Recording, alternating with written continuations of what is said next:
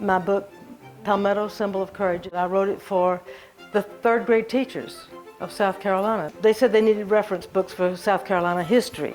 And so I thought maybe something that had to do with the flag. And this is about the palmetto tree and how it became our state tree. On the back of the book, you see a picture of our state flag. Every symbol on our state flag actually dates back to this one battle in 1776. June 28th actually is called Carolina Day in South Carolina, and it commemorates the battle that occurred on June 28, 1776. 9 British warships sailed toward Charleston Harbor. They carried 300 large guns among them. Their purpose was to capture the colony of South Carolina for the King of England. At the tip of Sullivan's Island, guarding Charleston Harbor, there stood a little fort. The soldiers inside the fort waited for the British fleet to arrive. These patriots wanted to free the colony of South Carolina from England. The soldiers belonged to the 2nd South Carolina Regiment. There were about 400 men. They had only 31 cannons and not much gunpowder. The commander of Fort Sullivan, Colonel William Moultrie, reminded the waiting soldiers to aim the large guns carefully when the ships came. They had to make every shot count. And one of Moultrie's officers that day was Francis Marion, who would later become famous as the Swamp Fox. All the men had worked hard to build the fort. They didn't have much time, so they had to use materials they found on the island. Palmetto trees grow abundantly on South Carolina's sea islands. They have smooth, spongy trunks and fan-shaped leaves. The men also found lots of beach sand and marsh mud. Now, forts are normally made of hard things, like very, very hard wood or stone. They built fashioned palmetto logs into 2 walls, an outer wall and an inner wall. These walls were 10 feet tall. Between the log walls, they packed 16 feet of marsh mud to make the fort walls 10 feet high and 16 feet wide. The soldiers intended to make an enclosed fort with 4 sides, but they ran out of time. The fort had no back wall. When General Charles Lee, commander of the Southern Continental Army, saw the fort, he was horrified. General Lee thought the fort was too small and weak to withstand fire from British ships. He thought the soldiers would all be killed. General Lee thought the fort was a slaughter pen. That's actually what he called it, a slaughter pen. South Carolina had a colonial president named John Rutledge. General Lee told President Rutledge to make the soldiers leave the fort. But President Rutledge knew Colonel Moultrie and believed in him. He knew that Colonel Moultrie believed in the log fort. So the 2nd Regiment stayed in the fort and waited. Fort Sullivan needed a flag. Flags, sometimes called colors, are important for an army because battle is confusing. It's comforting for a soldier to look up and see the colors still waving. That way he knows his army has not lost the battle.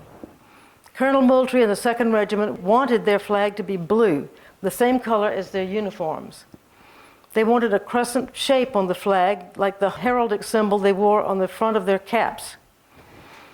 An officer's wife in Charleston made a blue flag, just the color of the 2nd Regiment's uniforms. In the corner, she put a white crescent shape. I don't call it a moon because it isn't a moon. The crescent shape is a heraldic symbol derived from something called a gorget, a piece of metal that knights used to wear around their necks to protect their throats during battle. Actually, gorget is French for the word throat. When enemy ships arrived, English battle flags flew proudly from their tall masts. Everywhere soldiers looked, they saw white sails, tall masts, and many, many cannons. Cannons pointed from the sides of each ship. The fleet of ships anchored very close to Fort Sullivan. The time of waiting was over.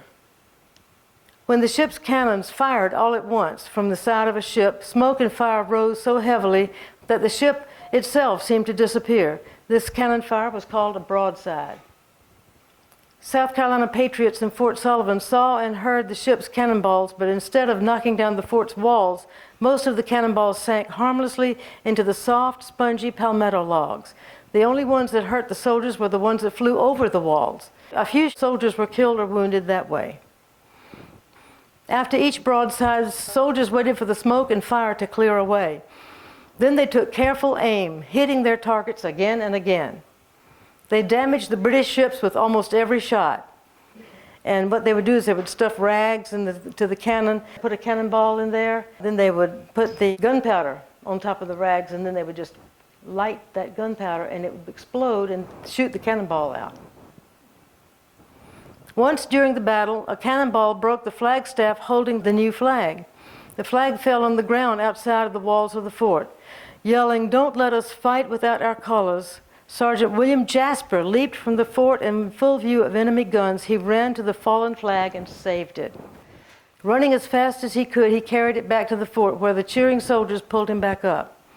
Jasper attached the broken flagstaff to a cannon sponger and shoved it back on the rampart where it belonged. Once again, the blue flag with the white crescent shape waved proudly over the brave patriots of South Carolina.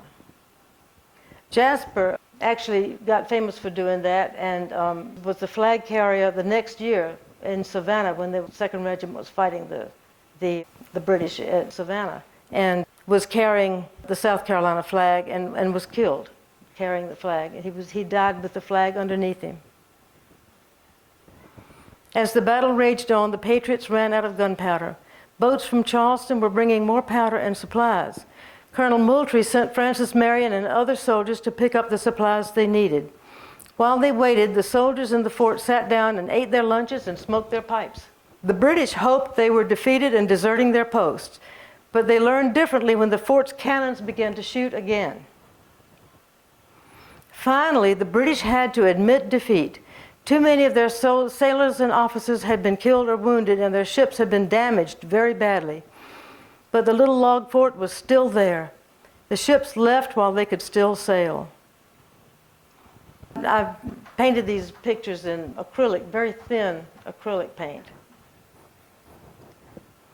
As the defeated ship drifted helplessly, citizens of Charleston got into boats and rafts and crossed the harbor to salute the soldiers at Fort Sullivan.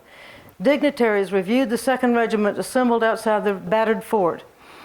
The fort received a new name. The Charleston dignitaries quickly began to call it Fort Moultrie, after the commander who believed in the 2nd Regiment's log fort. President John Rutledge presented his own sword to Sergeant William Jasper, the man who saved the flag. A week after the battle at Sullivan's Island, Continental Congress in Philadelphia unanimously adopted the Declaration of Independence, stating that the American colonies would become the United States of America. It was the 4th of July. So this battle took place a week before the Declaration of Independence was adopted. Not before it was signed, but before it was adopted.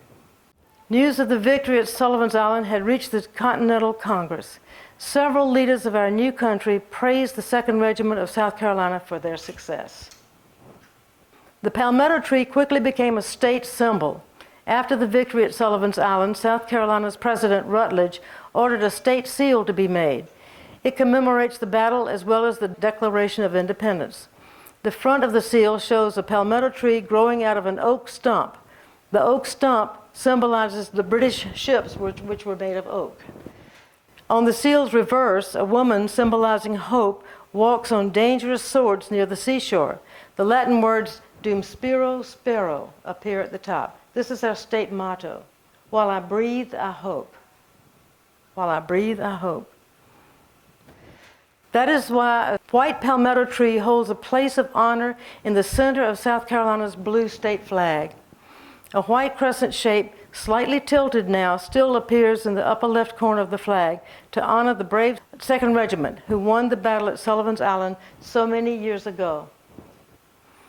Today, South Carolina's state flag is one of the most beautiful and recognizable such flags in the entire United States. The log fort isn't there anymore, but you can visit Fort Moultrie. It is now a national park at the tip of Sullivan's Island, just across from Charleston Harbor. Now, I actually included a couple of news stories about what is that thing on our state flag. And historians and scholars still really can't agree on exactly what it is. It's a crescent, they concede. But what exactly it stands for is subject of some contention.